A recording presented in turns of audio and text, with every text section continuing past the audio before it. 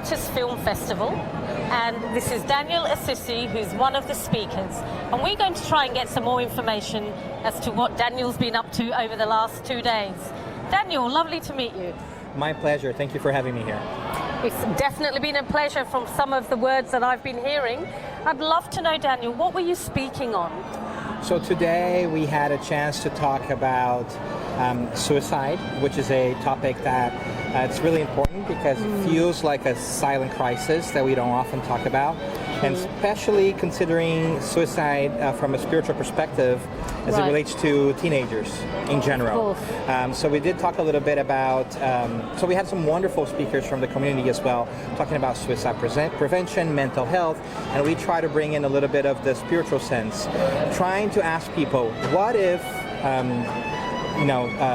suicide is not the end of it? What if there's life after life? Would that change the way we look at suicide? So we talked a little bit about the Spiritist perspective. Okay. We talked about how there's evidence to, a lot of scientific evidence out there from different folks about the survivability of the soul. And if that's the case, maybe then we should reevaluate our challenges and not think of suicide as an escape from life. Because what if life goes on? Then we're not escaping anything. And so we try to work on that side and present a different perspective to hopefully dissuade people from considering suicide as a very permanent solution for a temporary problem. So did you think that ideology was quite thought-provoking for the people attending the seminar? Well, my ego would like to think so. But we should probably ask them. But we do talk to folks sometimes, and when we start considering ourselves as spiritual beings versus physical beings who have a soul, we should think about it the other way around. Right. We are spiritual beings who are temporarily vested in a body. Okay. Then we try to see, we see some folks reacting positively to that.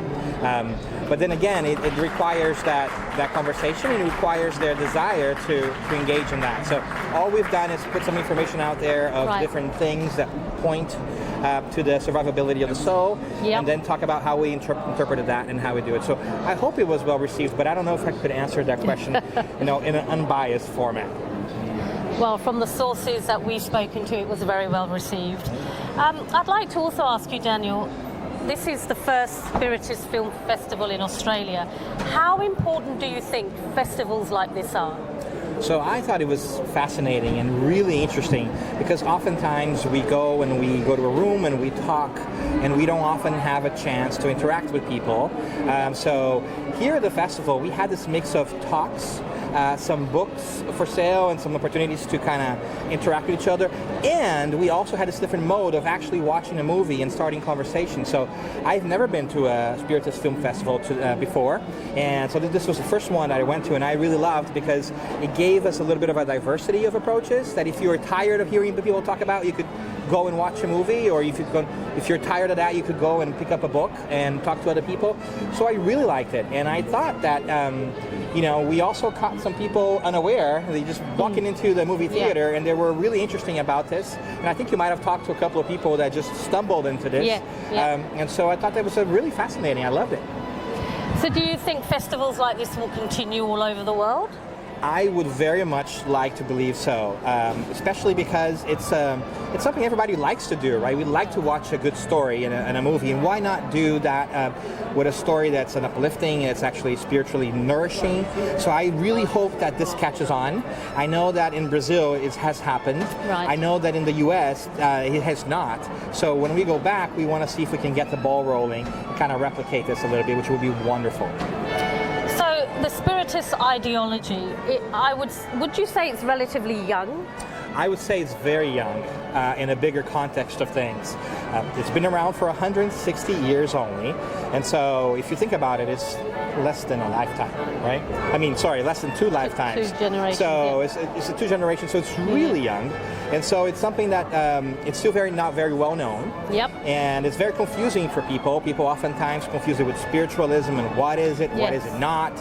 So we take the time to explain to folks that basically all religions are spiritualists because they believe in the spirit. Spiritists are like a little sub-branch of that. We believe in that too, but we also have some other beliefs like reincarnation and mediumship that are part of what we believe in that makes it slightly different. So it's very new and it's very confusing for people, and that's one of the reasons we go out and we talk to folks and try to answer questions if they have them. So would you say the Spiritist ideology would you say it's difficult to find a niche amongst the old traditional religions like Christianity, Judaism? Great question. I think that from our perspective, they're all interconnected. Yep. And one of the things that we believe in is in the universality of everything, that we call it the universal control of the spirits. That is, if something is true, it will pop up in many different ways. So what we try to do is actually see the commonality between things and bring them together. Makes sense. And so from that perspective, we don't even call Spiritism a religion. Right. We call it a science or a body of knowledge that's always growing, that has a moral implication, because nothing precludes somebody from a different religion to also read about Spiritism and go back into whatever it is that they, their temple, their whatever it is that they want to. But it is a little confusing because we don't have an organized clergy. We don't have that kind of hierarchy, so it's really confusing for folks who kind of, when they first come to us. We do have a lot of research, a lot of reading, a lot of talking, and we gather in small groups that are still very small and not known, and sometimes the term Spiritism not well understood, so it gets really confusing. But I am happy to say that we've done a lot of different conversations with folks from different faiths, and we actually showing a documentary here today, the Togetherness piece, where we have folks from different religions talking about the same topics, and there's a great overlap, which makes me really happy, because at the end of the day I feel like we all work for the same boss, just in different departments. And so sometimes we get caught in that. Sometimes we think our department's better than the other department, right? But the boss is the same, and so it behooves us to get to know each other and understand that these differences actually add to us. Well, what struck me about today was the volunteers, how passionate they were about getting involved and getting behind this whole festival. Would you say that's part of the Spiritist ideology? We try to make it so. And one of the things that you might have noticed is that we actually don't have anybody who does Spiritist work who's gets paid for that. We believe in having really a labor of love, so that we don't fall into the trap of getting a little too high on our horses and thinking that we're really it. And so we try to avoid that. And so we want to make sure that every Spiritist work or worker that is volunteering their time doing it at a labor of love. Of course, there are folks here who are who work here in the movie theater who are not Spiritists. They have to be compensated. That's only fair. But we do that out of our free time to try to avoid getting caught up in hierarchy and status, rather than really being hands-on with the work, if that makes sense. Well, everyone's been absolutely amazing and beautiful to speak to, and I have to say I've learnt a lot as well from just being here today. Now, if there was one message you'd like to get across to someone like me who has never known Spiritists before, what would that be? What would that be? I would love to reiterate that we are not that different. Okay. And I think that at the core of everything that we do is the concept that life goes on. Okay. And one of the things that we also understand in Spiritism, which I find really reassuring, is that we have observed through our communication with the spiritual world that there is such a thing as reincarnation. So today, I might be a Christian. In my next life, I might be a Muslim. In my next life, I might be a Sufi. My next life, a Jew. So the label doesn't really matter. What we ought to focus on is on the communion piece and living together and really making this a better world. So I hope that more and more we have a chance to come together and help those who are in need and talk about the different ways in which we are learning about life, because it only adds to us. I would hate to have the world filled up with people just like me. I would learn nothing. It would be annoying, right? So our differences teach us a lot of things. So we're really excited to be able to share and learn from people. And I hope that we keep the dialogue going with every aspect of society and every religion. And hopefully we'll make this a better place for all of us. Well, that was lovely, Daniel. That's really appreciative of those words. I think that, as you said, it's quite a young movement. Would that be the correct terminology? Yes, whatever you may want to call it, for sure.